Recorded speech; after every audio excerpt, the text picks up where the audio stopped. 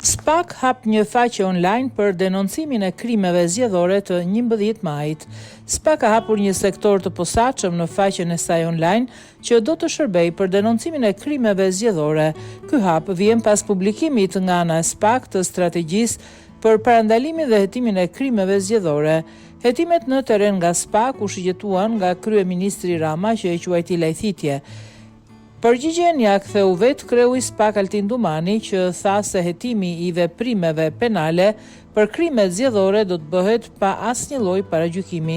Dumani u shpreh se askush që zbaton ligjin dhe kushtetutën në lidhje me mbajtjen e procesit zgjedhor nuk duhet të ketë frikë nga strukturat speciale që do të monitorojnë procesin.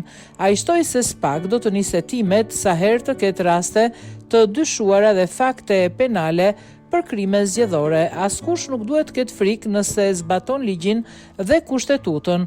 Nëse kemi detyrim ligjor dhe kushtetues që sa herë kemi raste që përbëjnë pakt penal, jemi të detyruar të nisim hetimin, tha Dumani.